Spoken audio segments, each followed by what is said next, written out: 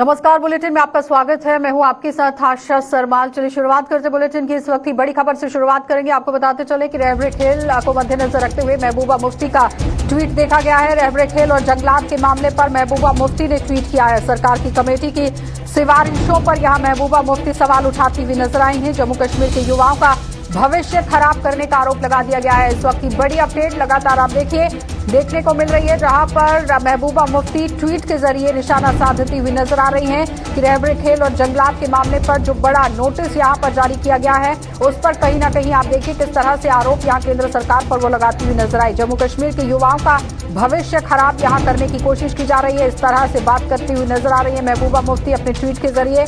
और सरकार की कमेटी की सिफारिशों पर भी महबूबा मुफ्ती ने सवाल उठा दिए हैं। रहबरे खेल और जंगलात के मामले पर लगातार प्रतिक्रियाओं का दौर शुरू हो चुका है, जहां पर आप देखिए बाहर के भी लोग किस तरह से इस पर प्रतिक्रियाएं देते हुए नजर आए। आम जनता भी इस पर प्रतिक्रियाएं देती हुई नजर आई। और सबसे बड़ी बात आपको ये बताते चले कि जम्मू कश्मीर का युवा भी इस पर यहां मंथन करता हुआ नजर आया। और उस बीच में साफ तस्वीरों में आप देखिए किस तरह से यहाँ पर ट्वीट कर दिया गया और सरकार की कमेटी की सिफारिशों पर सवाल उठा दिया गया है। इस वक्त की बड़ी अपडेट, जम्मू कश्मीर के युवाओं को पूरी तरह से बरगलाने का आरोप लगा दिया गया। युवाओं का भविष्य खराब करने का भी आरोप यहां महबूबा मुफ्ती की तरफ से लगाया गया है। रहबरे खेल और जंगलात के मामले को मद्देनजर रखते हुए जिस तरह से यहां पर प्रशासन की तरफ से काम किया गया, उस पर कहीं ना कहीं सवालिया निशान उठाती हुई महबूबा मुफ्ती नजर आ रही है और एक ट्वीट के जरिए अपना गुस्सा जाहिर करती हुई नजर आई है। इस वक्त की बड़ी अपडेट लगातार आप देखिए महबूबा मुफ्ती जिस तरह से सुर्खियां बटोरती हुई नजर आती है अपनी बयानबाजी की वजह से, लेकिन आज ट्वीट करने के बाद आप देखिए किस तरह से हलचल जो है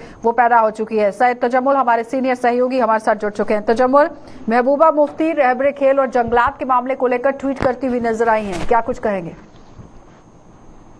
आशा, आपको याद होगा जम्मू कश्मीर में जो पहली सरकार थी, साबिक सरकार में भारतीय जनता पार्टी और पीपल्स डेमोक्रेटिक पार्टी ने उस वक्त रहबरे खेल तर्ज पर जिस तरह से रहबरे जंगलात, रहबरे ज़राअत इन मुलाजमीन को एंगेज किया था और इनकी तालीमी असनाद जो थी, ग्रेजुएशन, पोस्ट ग्रेजुएशन, यहाँ तक कि PhD मुकम्मल करने के बाद फ़लसफ़े जंगलात में अपनी डिग्रियाँ मुकम्मल करने के बाद उन्हें उस वक़्त SKICC श्रीनगर में महबूबा मुफ्ती मुख्यमंत्री होते, लाल सिंह की मौजूदगी में वज़ीर जंगलात रहते और वज़ीर ख़जाना उस वक़्त के डॉक्टर द्राबू की मौजूदगी में ये ऑर्डर नामे थामे गए थे। उसके बाद ये कहा गया था, हालांकि PDP चीफ और उस वक्त की वज़ीर आला महबूबा मुफ्ती चाहती थी कि उसी वक्त इनके जो ऑर्डर्स हैं उसमें तालीमी काबिलियत के हिसाब से उनको ओहदे या पोस्ट्स हवाले किए जाए, जिसमें रेंज ऑफिसर, फॉरेस्टर वगैरह शामिल हैं। लेकिन बाद में कंसेंसस न बनने के बाद उन्हें एंगेज किया गया रहबरे जंगलात के तर्ज पर।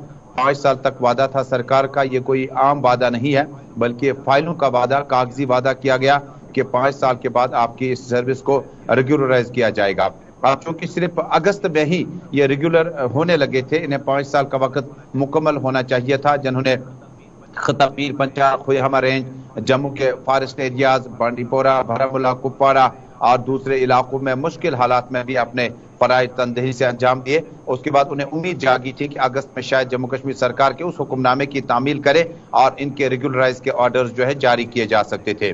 लेकिन बीती रात में ही जम्मू कश्मीर की एडमिनिस्ट्रेशन ने जो ऑर्डरनामा जारी किया उसमें उन्होंने साफ तौर पर कहा कि रहबरे खेल, रहबरे जंगलात, रहबरे ज़राअत और नेशनल यूथ कॉर्प्स या NYC के तर्ज पर जो मुलाजमीन लगे हैं उस पर अब उन्हें नया एडवर्टीजमेंट पोस्ट किए जाएंगे। ताहम ये जो लोग लगे हुए हैं इनकी सर्विसेज को वॉलंटियर्स का नाम दिया गया, यानी रजाकाराना तौर पर इन्हें किसी भी जगह उस सरकारी हुक्मनामे में सरकारी मुलाजिम होने का इफ्तिखार जो हासिल हुआ था उसको खाते में नहीं लाया गया। उसके बाद अब चूंकि ये मुलाजमीन जो है ये लगातार एहतजाज करते हैं, आज इन्हें हिमायत मिली है एम्प्लॉयज जॉइंट एक्शन कमेटी के सरपरस्त आला रफीक अहमद राथर श्रीनगर में इस वक्त रहबरे खेल, रहबरे जंगलात के उन आर्जी मुलाजमीन से मुलाकात हो रहे हैं। बाद में 1 बजे के बाद किसी भी वक्त वो श्रीनगर में प्रेस कॉन्फ्रेंस को संबोधित करेंगे। कहीं ऐसा तो नहीं है कि जिस तरह से कैजुअल लेबर्स और यहाँ पर डेली वेजर्स जो है वो धरना प्रदर्शन कर रहे थे, अब रहबरे खेल और जंगलात के लोग भी इसी तरह से प्रदर्शन करते हुए नजर आएंगे। लेकिन उससे भी बड़ी बात यहाँ पर यह है तजम्मुल कि जो लोगों से बात हो रही है, आम लोगों का ये कहना है कि जो RET टीचर्स थे उन्हें परमानेंट किया गया, लेकिन रहबरे खेल को मद्देनजर रखते हुए इस तरह से अनदेखी क्यों?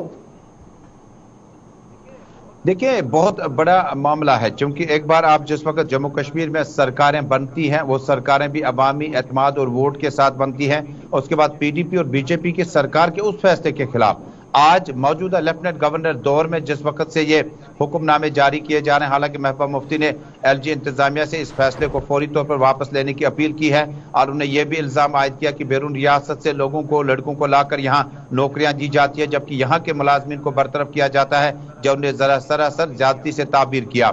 जिस वक्त आप रहबर तालीम की बात करते हैं, वक्त के साथ साथ 5 साल की मुद्दत कार मुकम्मल करने के बाद उन्हें रेगुलराइज करने के लिए भी कई तवालतों से गुजरना पड़ता है। इसी तरह से दूसरे नंबर पर रहबर खेल, क्योंकि जम्मू कश्मीर में अगर आपको याद होगा कि बिलफिल वक्त जो स्पोर्ट्स कैलेंडर हमारा है और हमारे गोल्ड मेडलिस्ट, हमारे क्रिकेट में इमरान मलिक, यानी इससे ये बात अय्या होती है कि जम्मू कश्मीर में जो स्पोर्ट्स कल्चर है वो बड़ा रिच है और इसके नताइज अखज करना ज्यादा मुश्किल नहीं है। लेकिन रहबर खेल चूंकि उन्हें असिस्टेंट कोच के तौर पर फिजिकल एजुकेशन डिपार्टमेंट अपनी खिदमत हासिल करता है, उनके रेगुलराइज के ऑर्डर्स भी अभी तक जारी नहीं किए गए, उनके भी मुश्किलात हैं। इसी तरह रहबर जंगलात, रहबर ज़राअत और बाकी डिपार्टमेंट्स में जिस तरह से सरकार इस वक्त अपने हुक्मनामों को जारी करती है, इससे कहीं ना कहीं एक तो इनकी तालीमी असनाद, काबिलियत, उसके बाद उम्र जो उनकी है वो ढलती जा रही है, उसके बाद जिम्मेदारियां बढ़ चुकी है।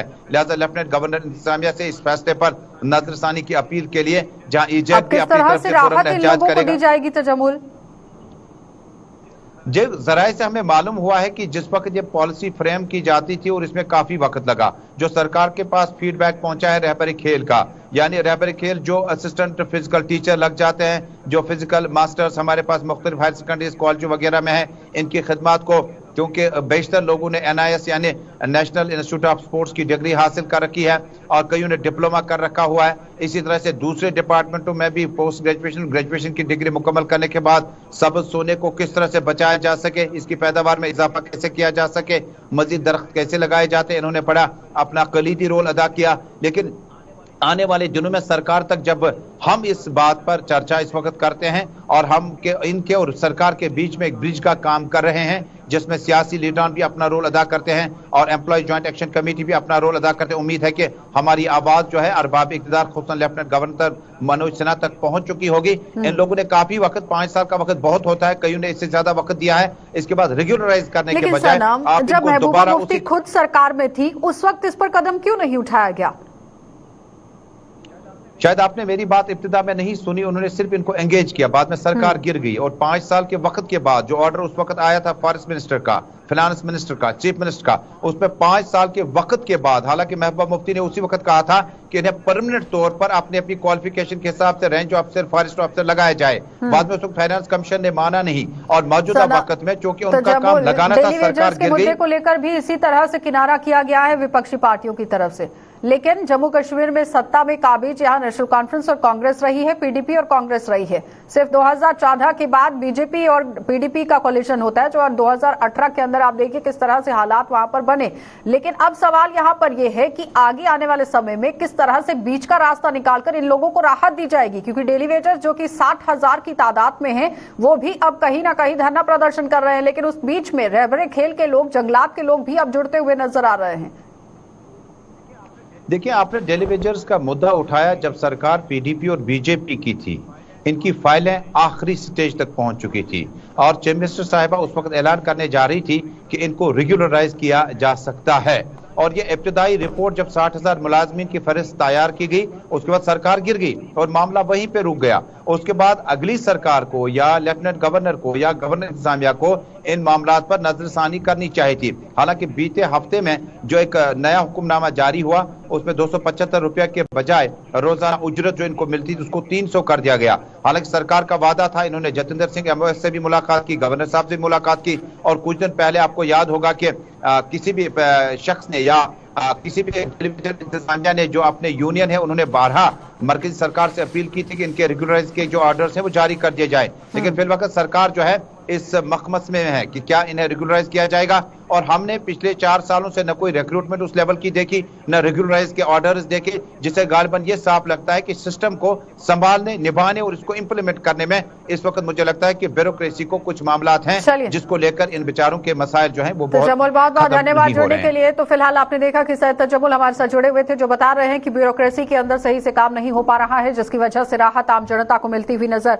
नहीं आ रही है, जिस पर काम करने की जरूरत है, क्योंकि रहबरे खेल और जंगलात के मामले को मद्देनजर रखते हुए महबूबा मुफ्ती लगातार ट्वीट कर रही हैं और इस ऑर्डर को वापस लेने की वो मांग करती हुई नजर आई है। आगे बढ़ जाएंगे, अब आपको जिला सांबा लिए चलेंगे, जहां पर आप देखिए आम आदमी पार्टी की लगातार किस तरह से रैली वहां पर चल रही है। विधानसभा चुनावों को मद्देनजर रखते हुए ये विशाल रैली वहां पर रखी गई है। आम आदमी पार्टी की जम्मू में विशाल रैली और विभिन्न मुद्दों को लेकर सरकार को यहां पर घेरने की कोशिश की जा रही है। बड़ी संख्या में लोगों ने यहां रैली में भाग लिया है और आपको बताते चले कि जिला सांबा के अंदर भी रैली का इसी तरह से सिलसिला बदस्तूर जारी है। लेकिन उसके साथ साथ आप देखिए जम्मू कश्मीर के दौरे पर जो कैबिनेट मंत्री हैं बैंस वो पहुंचे हुए हैं और जनाधार को बढ़ाने की कोशिश की जा रही है। लेकिन पूरी तरह से आप देखिए आम आदमी पार्टी जिस तरह जनाधार बढ़ाती हुई नजर आ रही है, कहीं ना कहीं अब माहौल जो है वो बदलता हुआ नजर आ रहा है कि आने वाले समय में समीकरण किस तरह से रहेगा। विधानसभा चुनावों को मद्देनजर रखते हुए हर एक पार्टी पैच बनाने की कोशिश कर रही है और भारतीय जनता पार्टी के रथ को रोकने की लगातार कोशिशें, भरपूर प्रयास जो है वो देखने को मिल रहा है, क्योंकि विपक्षी पार्टियां एकजुट होती हुई नजर आ रही हैं। जहां पर गुपकार डिक्लेरेशन पूरी तरह से एकजुट होता हुआ नजर आया और इस बीच में आम आदमी पार्टी कांग्रेस की रणनीति पर काम करती हुई नजर आ रही है, यानी कि सेकुलर मोड पर वो चलती हुई नजर आ रही है। अब देखना ये होगा कि सेकुलर मोड पर चलने के बाद किस तरह से हालात जो है वो जम्मू कश्मीर के अंदर चलेंगे, क्योंकि सेकुलर तरीके से वो काम करती हुई नजर आ रही है। महंगाई का मुद्दा उठाया गया है, बिजली पानी सड़क जैसी मूलभूत सुविधाओं का मुद्दा यहाँ पर उठाया गया है, रोजगार को लेकर काम करने की कोशिश सामने रखने की बात कही गई है। लेकिन अब देखना ही होगा कि घोषणा पत्र जब जारी किया जाता है तो कौन कौन से मुद्दे जो है वो सामने रखे जाएंगे। फिलहाल जिन मुद्दों को गिनाया गया इस पर मंथन चल रहा है और भारतीय जनता पार्टी के रथ को रोकने के लिए भरपूर प्रयास जो है वो हर एक पार्टी करती हुई नजर आ रही है। साफ तस्वीरों में आप देखिए किस तरह से आम आदमी पार्टी लगातार अपना जनाधार बढ़ाने की कोशिश कर रही है जम्मू कश्मीर के अंदर। ऋतिका हमारी संवाददाता हमारे साथ जुड़ चुके हैं। ऋतिका, ताजा जानकारी सबसे पहले आपसे जानना चाहेंगे, क्या कुछ चल रहा है वहां पर रैली स्थल पर? जी, आपको बता दूं आम आदमी पार्टी की तिरंगा रैली का आयोजन जो है वो पंजाब मिनिस्टर हरजोत उन्होंने भाग लिया। उसी के साथ वाइस प्रेसिडेंट हैं ट्रेड यूनियन और इसी के साथ परविंदर सिंह सीनियर लीडर है आदमी पार्टी, इनकी तरफ से इस तिरंगा रैली में भाग लिया गया। जम्मू की जनता जो है उन्होंने बढ़ चढ़ के इस तिरंगा रैली में भाग लिया। और आपको बता दें ये तिरंगा रैली कहीं ना कहीं जो भी सोशल इवल्स हैं, जो भी ड्रग्स हैं, इन सब चीजों के खिलाफ निकाली गई थी। और इसी रैली में आपको बता दें जो सीनियर लीडर हैं परविंदर सिंह, उनकी तरफ से भी कुछ बयानबाजी जो है वो की गई। और ऋतिका, उसके साथ साथ ये बताइए कि विधानसभा चुनावों को मद्देनजर रखते हुए कल जिस तरह से अलग अलग जगहों से कवरेज की गई है, बैंस का साफ तौर पर कहना था, जो कैबिनेट मंत्री यहां पर पहुंचे हुए हैं वो कह रहे हैं कि विधानसभा चुनावों को लेकर पूरी तरह से जनाधार को बढ़ाने की कोशिश की जा रही है। लेकिन कौन कौन सी मांगे सामने रखी जा रही है, जनता को लुभाने के लिए कौन सा घोषणा पत्र सामने रखने की कोशिश हो रही है? जी, आपको बता दूं कि आम आदमी पार्टी का साफ सुथरे शब्दों में एक ही चीज का कहना है। उनका कहना है कि यहाँ पे अब सरकार जो है वो ढंग से काम करना शुरू कर दे। यानी कि उनका कहना है जो भी अब तक कामकाज होते आए हैं वो ठीक ढंग के नहीं है। यहाँ पे हजारों मुद्दे हैं जो उजागर किए जा रहे हैं और उन्हीं के समाधान के लिए आम आदमी पार्टी का आगमन जो है वो जम्मू में हो रहा है। चलिए ऋतिका, बहुत बहुत धन्यवाद जुड़ने के लिए। तो फिलहाल आपने देखा ऋतिका हमारी संवाददाता हमारे साथ जुड़ी हुई थी, जो बता रहे हैं कि किस तरह से यहाँ पर आज तिरंगा रैली निकाली गई है और सरकार से सही से काम करने की अपील की जा रही है। लेकिन साफ तस्वीरों में आप देखिए भारी तादाद में आम आदमी पार्टी के साथ लोग जो है वो जुड़ते हुए नजर आ रहे हैं। लेकिन समीकरण क्या कुछ रहेगा विधानसभा चुनावों को मद्देनजर रखते हुए, ये देखने वाली बात है। आगे बढ़ जाएंगे, अब आपको जिला राजौरी लिए चलते हैं, जहां पर आप देखिए डिफकॉम का दौरा लगातार जारी कर दिया गया है और अधिकारियों से डिफकॉम यहाँ पर बैठक कर रहे हैं, विकास कार्यों की समीक्षा की जा रही है। बीडीसी और डीडीसी सदस्यों के साथ यहां बैठक करेंगे और किन किन मुद्दों को लेकर चर्चा होगी इस पर अब जानकारी लेना बहुत जरूरी है, क्योंकि विकास कार्यों पर पूरी तरह से समीक्षा की जा रही है। मूलभूत सुविधाओं का किस तरह से अभाव है, उस पर किस तरह काम करना है, ये मंथन होता हुआ नजर आएगा। और डिफकॉम जम्मू का आज राजौरी दौरा है और आपको ये भी बताते चले लगातार अधिकारियों के साथ बैठकों का दौर शुरू कर दिया गया है डिफकॉम की तरफ से और विकास कार्यों को मद्देनजर रखते हुए समीक्षा बैठकों का आयोजन किया गया है, जिसमें बीडीसी और डीडीसी के सदस्य यहां पर मौजूद रहेंगे। उनके साथ यहां बैठक होगी और बैठक के अंदर बीडीसी और डीडीसी के सदस्यों की तरफ से अपनी समस्याओं को सामने रखा जाएगा। लेकिन सवाल यहां पर यह है कि इससे पहले भी कई बार बैठकें की गई हैं, लेकिन बैठकों के बाद अमल किन बातों पर होता है, किन मुद्दों का हल होता है, ये बड़ा सवाल रहता है। लेकिन आज साफ तस्वीरों में आप देखिए जिला राजौरी के अंदर पहुंचे हुए हैं डिफकॉम जम्मू, जो कि रमेश कुमार हैं, और अपना पदभार संभालने के बाद लगातार एक्शन मोड में नजर आ रहे हैं। और उसके साथ साथ अधिकारियों से डिफकॉम आज यहां बैठक कर रहे हैं, विकास कार्यों की समीक्षा की जा रही है और बीडीसी और डीडीसी के सदस्यों के साथ ये मीटिंग चल रही है। और जिला राजौरी के अंदर बीडीसी और डीडीसी के सदस्य किस तरह से काम कर रहे हैं, कहां पर कमियां रह गई हैं, मूलभूत सुविधाओं का अभाव कितना चल रहा है, विकास कार्य किस तरह से वहां पर चल रहे हैं, क्या समय सीमा की जो यहाँ पर बात रखी गई थी सामने उस पर काम हो रहा है या नहीं, और निर्धारित समय पर ये काम किस तरह से किया जाएगा, ये देखने वाली बात है। इसी पर जानकारी लेंगे। जमशेद मलिक हमारे साथ जुड़ चुके हैं। जमशेद, आपसे जानना चाहेंगे, जिस तरह से आप देखिए डिफकॉम ने जब से अपना पदभार संभाला है पहली बार राजौरी पहुंचे हैं और आज मीटिंग का दौर शुरू कर दिया गया, किस तरह से ये पूरी मीटिंग चल रही है, किन किन मुद्दों को लेकर बातचीत हो रही है? जी गुरु जी, बिल्कुल। अगर डिविजनल कमिश्नर की बात करें तो ज्वाइन करने के साथ ही राजौरी जिला का उन्होंने आज दौरा किया, जहां पहले अधिकारियों के साथ एक मीटिंग रही जिसमें डेवलपमेंट के कामों को लेके काफी चर्चा रही, खास करके सेंटर से स्पॉन्सर की अगर बात करें उन पे काफी चर्चा हुई। और इस वक्त डिविजनल कमिश्नर की जो मीटिंग है वो अहम मीटिंग इसलिए भी मानी जा सकती है क्योंकि पीआरआईज के साथ इस वक्त मीटिंग कर रही है, क्योंकि पीआरआईज की तरफ से कई बड़े सवाल उठाए जा रहे थे लगातार, जिसके बाद ये मीटिंग कर रही है। मीटिंग को हम काफी अहम भी मान सकते हैं, उसको ये देख के मैं अहम मान सकते हैं क्योंकि पीआरआईज की तरफ से काफी इल्जाम डिपार्टमेंट के मुख्तलिफ डिपार्टमेंट की अगर बात करें तो उनपे ये कहा जाता है कि उनकी वो ताउन नहीं फराहम किया जाता, लेकिन ये माना जा सकता है ये मीटिंग काफी अहम रहता है। पहली जो मीटिंग अधिकारियों के साथ हुई है उसमें डेवलपमेंट की जारी काम का जायजा लिया गया, उसके जो है उन पे काफी। जमशेद, यहाँ पर सवाल ये है कि बीडीसी के सदस्य और डीडीसी के सदस्य भी बैठकों में मौजूद हैं। विकास कार्य कौन कौन से चल रहे हैं और क्या लगता है कि जिन बातों को लेकर आज यहाँ मंथन किया जाएगा उस पर कितनी जल्दी मुहर लगेगी? क्योंकि इससे पहले आपने देखा था कि ब्लॉक दिवस भी चलाया गया था, बैक टू वर्क किस तरह से किया गया वो भी सबके सामने था। अगर हम बैक टू विलेज की बात करें तो 3 पार्ट, उसके ऊपर पार्ट के बाद भी पीआरआईज की तरफ से कई सवाल उसके उठाए गए, शुरू किया गया उसमें भी कई सवाल लगातार उठाए जा रहे थे। और अब जिस तरह से पंच हो या बीडीसी हो डीडीसी हो, ये चुने हुए नुमाइंदे इनकी तरफ से कई सवाल लगातार उठाए जा रहे हैं। ये भी है क्योंकि डिविजन सर्विस का जो आगाज था वो भी किया था एसडीएम का, इसको मान के चल सकते हैं कि उनका यहाँ से जहां से आगाज किया इन लोगों के पहले से ही को देखते हुए लोगों को काफी उम्मीद है, खास करके टूरिज्म को लेके अंदर जब तक हम बैठे रहे टूरिज्म लेके बड़ा सवाल जरूर उठाया गया, क्योंकि लेके राजौरी या पुंछ के पूरा खिता कोई बड़ा प्लान देखने को नहीं मिलता। आपके टूरिज्म के से राजौरी के अंदर 7 लेक्स जिनको लेकर अर्सा से राजौरी की मांग की जाती है, उस लेक तक रोड का काम किया के नाम पे उस काम को शुरू करना था, उसका काम जो कभी शुरू नहीं हुआ तो वो भी थोड़ा टाइम उसका हुआ। सबसे ज्यादा जो बात उठाई जा रही है टूरिज्म को लेके उठाई जा रही है कि टूरिज्म के हवाले से पीर पंचाल को बहुत ज्यादा जरूरी है जो किया नहीं किया। गुरु जी, अभी मीटिंग का दौर चल रहा है क्योंकि टूरिज्म की मीटिंग टूरिज्म पे सवाल आए तो उनको एडी को कहाँ बुला लिया गया है इस मौके पर, उसके बाद की जा रही है जिस तरह उनकी तरफ से किया गया इस बात को ये उम्मीद की जा आने वाले दिनों में पुंछ के लिए टूरिज्म के जो है जरूर शुरू किए जाएंगे, क्योंकि राज्य आगे का क्या कुछ कार्यक्रम रहने वाला है जमशेद इस मीटिंग के बाद, और कहां पर पहुंचने वाले हैं, किनसे मिलने वाले हैं डिफकॉम? जी गुरु जी, उनकी आखिरी मीटिंग है यहाँ, क्योंकि पहले जिस उन्होंने कार्य मीटिंग की और उसके बाद पीआरआई के साथ मीटिंग, उसके बाद चले जाएंगे, क्योंकि उन्होंने कहा कि मुझे लगाव था इस इलाके से, मैंने सर्विस का आगाज इस इलाके से किया था, इसलिए मैंने पहले इन इलाकों को चुना। इन इलाकों में वो पहले से ही काफी कुछ जानते हैं, काफी टाइम एसडीएम मेंबर रह चुके हैं। उसके बाद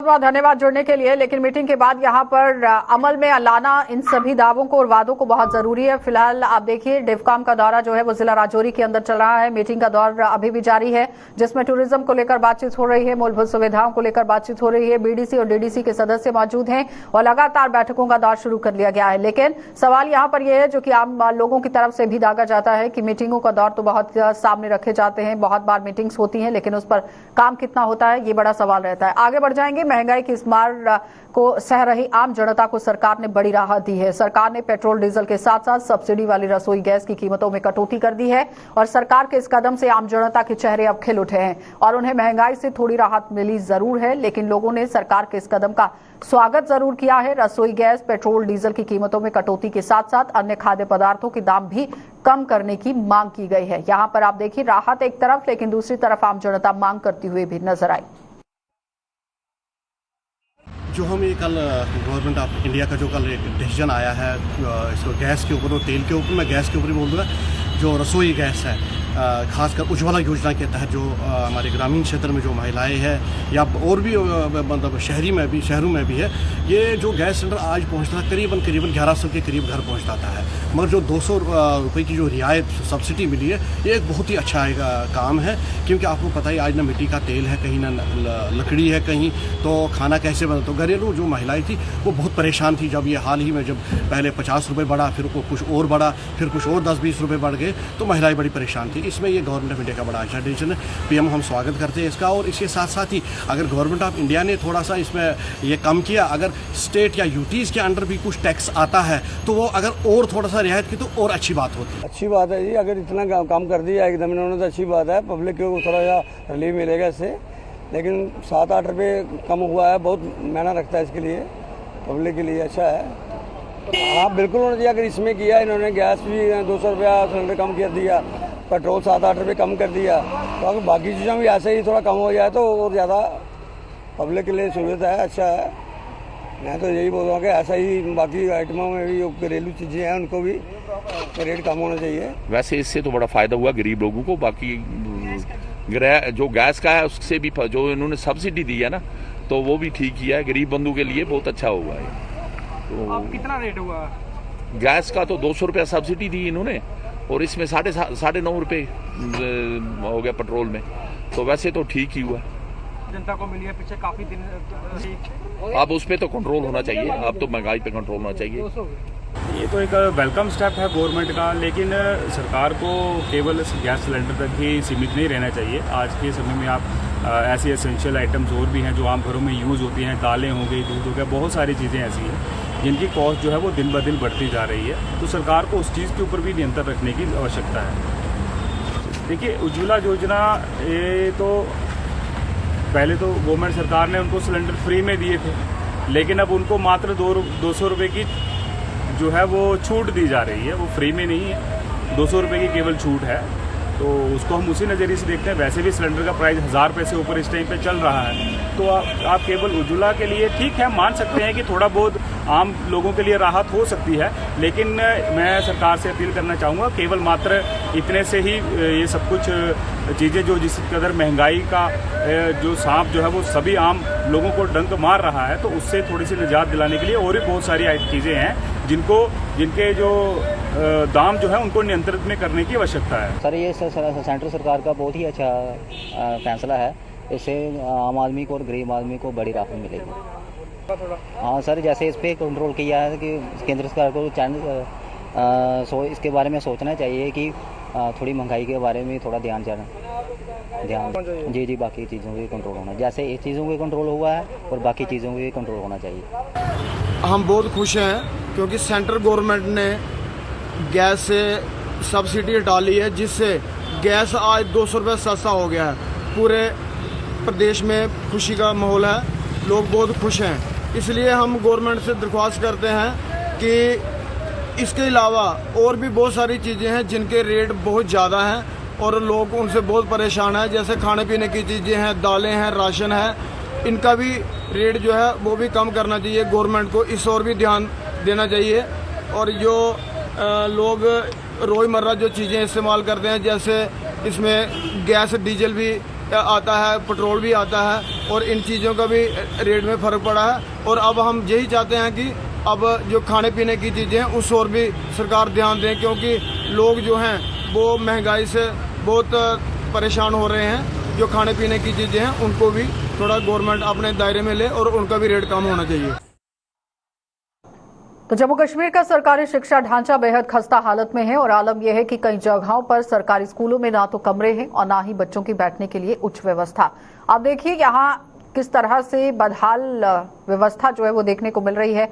सरकार ना तो इसकी तरफ कोई ध्यान दे पा रही है और ना ही कोई व्यवस्था की जा रही है। ऐसा ही कुछ मामला जिला राजौरी के जोन थन्ना मंडी के गवर्नमेंट मिडिल स्कूल खबलान से देखने को मिला है, जहां पर इस आधुनिक दौर में बच्चे खुले आसमान के नीचे पढ़ने को मजबूर हैं। और यही नहीं, इमारत ना होने का कारण भी आप देखिए और खामियाजा किस तरह से भुगता जा रहा है। मौसम में इन बच्चों को एक कमरे में ही बैठना पड़ रहा है, यानी खराब मौसम हो तो भी एक कमरे में बैठना है और अगर नहीं हो तो भी एक कमरे में बैठना है। तो स्थानीय लोगों के मुताबिक सरकार ने वर्ष 2013 में इस स्कूल को अपग्रेड तो किया, लेकिन इसकी इमारत को आज तक अपग्रेड नहीं किया गया है। जो पुरानी इमारत है उसे सरकार ने अनसेफ घोषित किया हुआ है। स्कूली छात्रों और स्थानीय लोगों ने सरकार से जल्द इमारत का निर्माण करने की मांग की। सर है, मैं 8 क्लास में पढ़ती हूँ।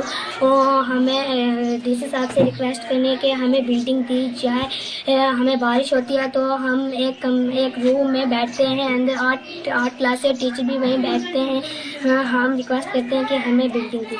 हमें आज 7 साल हो गए, हम यहाँ पे टाट डाल के अपनी क्लासें लेते हैं। जब बारिश होती है तो हम एक कमरे में 8 क्लासें हैं, उस क्लास पे पूरा पढ़ता है। ये स्कूल है जो स्कूल है ये आज से पहले 8 साल पहले अपग्रेड हुआ था। तो यहाँ पर मैंने कई बार सीईओ साहब से भी बात की और पूरी एडमिनिस्ट्रेशन साहब से बात की है, तो किसी ने इस पर तवज्जो नहीं दी। ये डिसमेंटल करार दिए हुए हैं, ये दो तीन इमारतें जो हैं। तो यहाँ पे 80 बच्चा है और टीचर अच्छा स्टाफ है, वरना यहाँ पे बिल्डिंग कोई नहीं है जनाब। इसलिए हमें मेहरबानी गवर्नमेंट की और डीसी साहब की, हमें दिया जाए, स्कूल दिया जाए, हमें बिल्डिंग दी जाए और हमारी सहायता की जाए। ये बच्चे चिनार के नीचे बैठे हुए हैं, कुछ बाहर धूप में बैठे हुए, लिहाजा हमें बिल्डिंग चाहिए। तो हमारा बच्चा है जो इसमें बैठता है, एक कमरे में बैठता है, वो भी डिसमेंटल है।